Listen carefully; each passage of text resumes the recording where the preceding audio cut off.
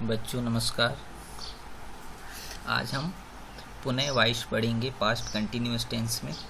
Past continuous tense यानी जारी भूतकाल। भूतकाल जिससे आप वाकिफ़ हैं, पहले आप टेंस पढ़ चुके हैं जिसमें भूतकाल में क्रियाएं जारी रहती हैं। उसी का हम एक्टिव वॉइस से पैसिव वॉइस में वाक्य बनाएंगे। इसका स्ट्रक्चर ऐसा है, एक्टिव वॉइस में सब्जेक्ट प्लस हेल्पिंग वर्ब। इस हेल्पिंग वर्ब में क्या होंगी, वाज या वर होंगे। आई और सिंगुलर नंबर के लिए वाज और प्लूरल नंबर के लिए वर।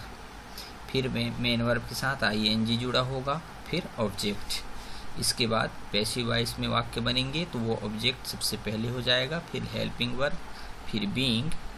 इसके बाद मेन वर्ब का थर्ड फॉर्म, फिर बाई और फिर अंत में सब्जेक्ट। तो देखते हैं हम पहला example. I was reading English, मैं अंग्रेजी पढ़ रहा था।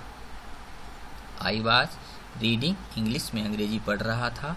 ये सब्जेक्ट है आई हमारा। हेल्पिंग वर्ब इसमें वाज लगेगा। मेन वर्ब रीड के साथ आईएनजी और फिर ऑब्जेक्ट, इंग्लिश यहाँ ऑब्जेक्ट है। इसका हम पैसिव वॉइस बनाएंगे।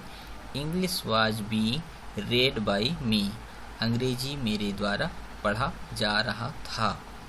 ये स्ट्रक्चर के अनुसार ऑब्जेक्ट हमारा इंग्लिश हुआ, हेल्पिंग वर्ब वाज और बीइंग का बीइंग है। मेन वर्ब का थर्ड फॉर्म रेड, फिर बाई और फिर मी, अंग्रेजी मेरे द्वारा पढ़ा जा रहा था।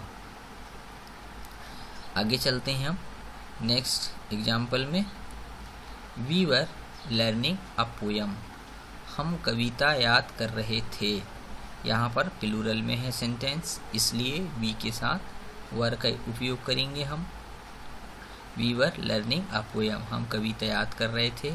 इसी का हम पैसिव वॉइस बनाएंगे तो ऑब्जेक्ट हमारा फर्स्ट में आ जाएगा। अ पोयम ऑब्जेक्ट है। A poem was being learned by us, कविता हमारे द्वारा याद की जा रही थी। यहाँ भी वाज है क्योंकि पोयम यहाँ सिंगुलर में है। पैसिव वॉइस के वाक्य जो ऑब्जेक्ट होता है उसी पे डिपेंड करता है, कर्म प्रधान होता है पैसिव वॉइस के वाक्य, इसलिए यहाँ पर वाज का उपयोग होगा। अगला एग्जाम्पल देखते हैं। Ranu was writing application, Ranu आवेदन लिख रही थी। रानू आवेदन लिख रही थी। इसका हम पैसिव वॉइस बनाएंगे। Application was being written by Ranu, आवेदन रानू के द्वारा लिखा जा रहा था। एप्लीकेशन हमारा ऑब्जेक्ट हुआ, वाज हमारा हेल्पिंग वर्ब है, फिर बीइंग और राइट का थर्ड फॉर्म रिटन, फिर बाई, फिर लास्ट में सब्जेक्ट रानू। तो आवेदन रानू के द्वारा लिखा जा रहा था। ये अपने अफर्मेटिव सेंटेंस हुए। आगे हम देखते हैं नेगेटिव और interrogative sentence. Generally negative interrogative sentence ही एग्जाम्सों में अधिकतर पूछे जाते हैं, किंतु जब तक हमको अफर्मेटिव सेंटेंस का एक्टिव वॉइस से पैसिव वॉइस बनाना नहीं आएगा तब तक हम नेगेटिव और इंट्रोगेटिव बनाने में हमको बहुत कठिनाई होगी। जब तक हमको अफर्मेटिव वाक्य समझ में नहीं आएगा, हम नेगेटिव इंट्रोगेटिव बनाने में हमको बहुत दिक्कत होगी। तो अच्छे से समझें हम। जैसा ये वाक्य है, they were not reading books, they were not reading books, पुस्तक नहीं पढ़ रहे थे, वे पुस्तक नहीं पढ़ रहे थे। अब देखते हैं पैसिव वॉइस बनाएंगे इसका। वे books were not being read by them, books were not being read by them, वे पुस्तक उनके द्वारा नहीं पढ़ी जा रही थी।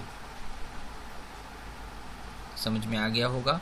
बुक्स भी यहाँ प्लूरल में है, बहुवचन में है, इसलिए वर का उपयोग करेंगे हम। पुस्तकें उनके द्वारा नहीं पढ़ी जा रही थी, इसका जे होगा। अगला देखते हैं हम। ये इंट्रोगेटिव वाक्य है जो WH सीरीज वाले शब्दों से है, यानी हु से है। हु वाज ड्रिंकिंग मिल्क, दूध कौन पी रहा था, दूध कौन पी रहा था, हु वाज ड्रिंकिंग मिल्क। अब इसका पैसिव वॉइस बनाते हैं हम। By whom was milk being drunk, who का होम हो जाता है।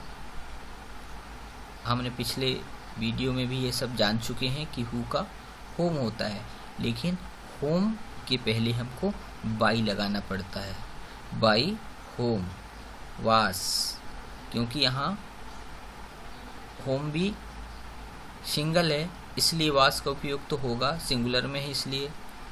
बाई होम वास मिल्क बीइंग ड्रंक, ड्रिंक का थर्ड फॉर्म ये ड्रंक है।